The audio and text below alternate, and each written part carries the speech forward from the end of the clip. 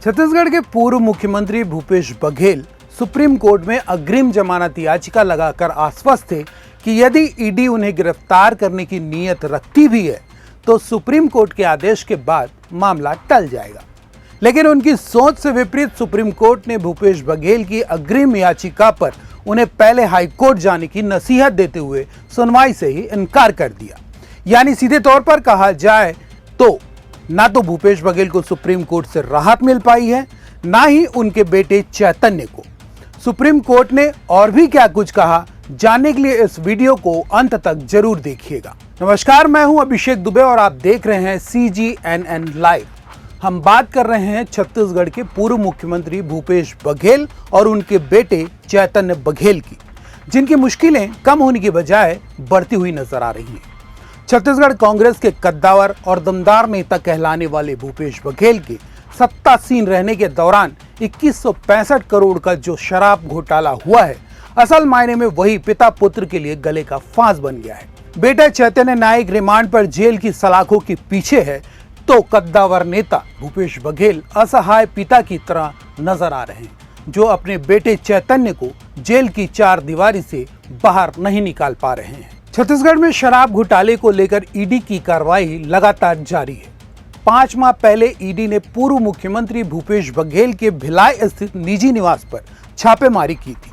उस दौरान पूर्व सीएम बघेल की हवाइयां तो उड़ गई थी, लेकिन समर्थन में उमड़ी भीड़ के चलते उनको ताकत मिली और तत्काल उन्होंने सुप्रीम कोर्ट में अग्रिम जमानत याचिका लगा दी।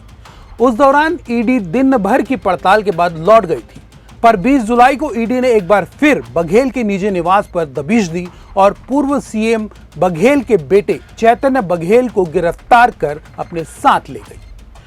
5 दिनों तक रिमांड में रखने के बाद चैतन्य को जेल दाखिल कर दिया गया, जिसकी मियाद आज पूरी हो जाने के बाद उसे फिर कोर्ट में पेश किया गया, जहां से 14 दिनों की न्यायिक हिरासत में रखे जाने का आदेश जारी हुआ है। यानी चैतन्य बघेल को अब 18 अगस्त तक जेल में रहना पड़ेगा।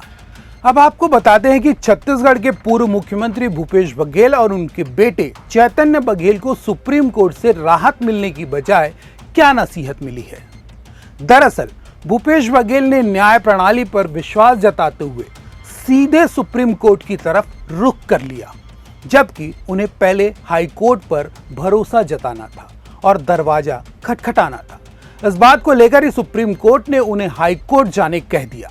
कोर्ट ने सवाल उठाया कि दोनों ने एक ही याचिका में PMLA के कई सेक्शन को चुनौती देने के साथ साथ जमानत जैसी व्यक्तिगत राहत की मांग भी की है। भूपेश बघेल और चैतन्य को सीधे सुप्रीम कोर्ट का रुख करने पर सवाल उठाते हुए सुप्रीम कोर्ट ने कहा कि जब किसी मामले में कोई प्रभावशाली व्यक्ति शामिल होता है तो वो सीधे सुप्रीम कोर्ट का रुख करता है। यदि हम ही सब केस सुनेंगे तो बाकी अदालतें किस लिए हैं? अगर ऐसा ही होता रहा तो फिर आम आदमी कहां जाएंगे? एक साधारण आदमी और वकील के पास पैरवी के लिए सुप्रीम कोर्ट में कोई स्पेस नहीं बचेगा।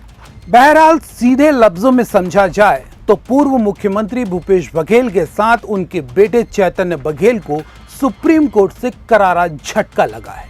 फिलहाल पूर्व मुख्यमंत्री भूपेश बघेल पर गिरफ्तारी की तलवार लटक रही है, तो चैतन्य बघेल की न्यायिक हिरासत 14 दिनों के लिए बढ़ा दी गई है। ऐसे में ईडी की गिरफ्तारी से बचने के लिए भूपेश बघेल को अब हाई कोर्ट बिलासपुर की दौड़ लगानी होगी। हालांकि हाई कोर्ट से भूपेश बघेल को राहत मिल पाती है या नहीं, यह तो सुनवाई की बारी आने के बाद ही पता लगेगा। इस पर आपकी क्या राय है, हमारे कमेंट सेक्शन पर जरूर बताएं और ऐसी अन्य खबरों के लिए CGNN लाइव को सब्सक्राइब, लाइक, कमेंट और शेयर करना ना भूलें।